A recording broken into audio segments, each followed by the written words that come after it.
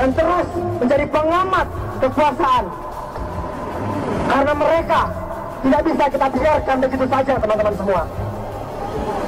Oleh karenanya hari ini kita berdiri di sini untuk menyampaikan aspirasi kita. Ormas yang dibubarkan oleh pemerintah itu tidak lagi melalui yudikatif, artinya tidak ada lagi proses pengadilan di situ. Ini justru membunuh demokrasi yang berada di Republik ini. Hari ini kita duduk di sini, kita berdiri di sini untuk menyampaikan aspirasi.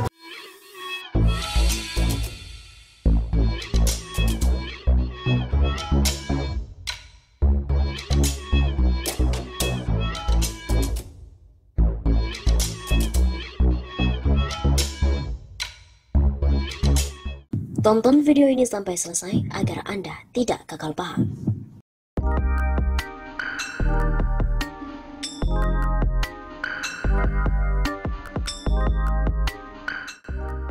Referendum Jokowi pembual atau berprestasi.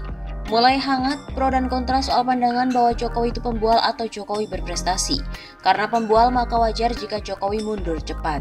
Tetapi argumen lain menyatakan bahwa Jokowi itu berprestasi karena layak untuk diberi kesempatan menambah periode jabatan satu kali lagi. Pro kontra hanya buang energi dan jika tidak dikelola dengan baik akan menjadi friksi, konflik atau bahkan ledakan politik. Kasus postingan BEM UI The King of Lip Service mendapat dukungan BEM lain, bahkan dukungan kelompok atau tokoh-tokoh seperti Rizal Ramli, Faisal Basri, dan lainnya. Sementara pendukung Jokowi seperti Ruhut Sitompul dan juga Kodari mengkampanyekan perpanjangan 3 periode, bahkan sampai 5 periode. Suara rakyat, suara Tuhan, begitu kata Ruhut. Nah, untuk membuktikan kebenaran suara Tuhan itu kemana, maka kita tanyakan saja pada rakyat untuk melalui referendum. Opsinya Jokowi pembual atau Jokowi berprestasi. Konsekuensinya jika menang suara pembual maka Jokowi turun secepatnya.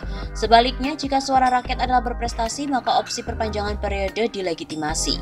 Partai politik dan parlemen baik DPR maupun MPR mestinya siap menangkap dan menindaklanjuti apa yang diputuskan oleh suara Tuhan yang didapat secara fair dan jujur. Jika pembual menang, maka pasal 7A Undang-Undang Dasar 45 berkaitan dengan presiden melakukan perbuatan tercela dapat diterapkan, dan jika berprestasi yang menang, maka MPR bersiap melakukan amandemen terhadap pasal 7 Undang-Undang Dasar 1945 soal jabatan presiden. Pendidikan politik dalam rangka membangun iklim yang demokratis harus terus diupayakan. Demokrasi kini telah tercuri oleh para pengkhianat oligarkis, kapitalis, dan juga kleptokratis.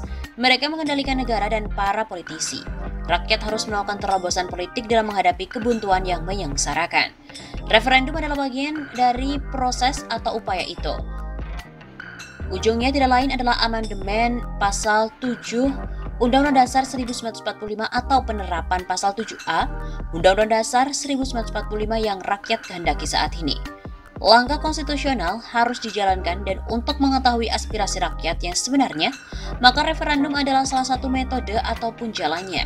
Mengandalkan survei atau polling sudah tidak dapat dipercaya akan akurasinya. Hal itu syarat kepentingan. Pasal 7 Undang-Undang Dasar 1945 atau Pasal 7A adalah pilihan yang menarik. Diawali oleh opsi Jokowi pembual atau Jokowi berprestasi. Negara tidak boleh dibiarkan tidak menentu, selalu menjadi gunjingan bahkan olok-olok. Situasinya bagai anomali. Jokowi harus cepat ditentukan statusnya, digantikan atau diperpanjang. Referendum bukan aturan baku, tetapi terobosan. Bangsa ini perlu mengambil keputusan cepat agar dapat selamat. Pemilu 2024 butuh landasan penguat sebab bisa saja tidak terlaksana.